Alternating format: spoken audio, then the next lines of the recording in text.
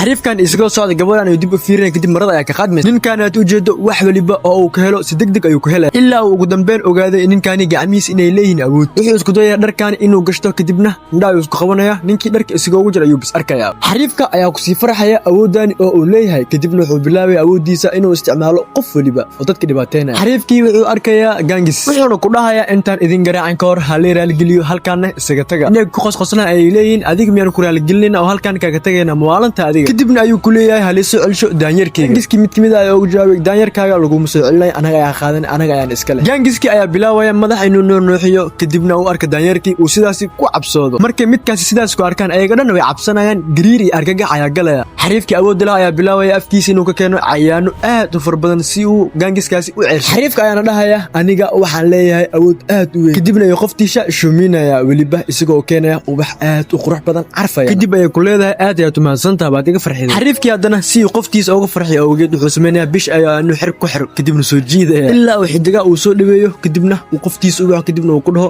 arag maanta waxaan ku sameeyay kadibna gabadhii aad ay u farxaysaa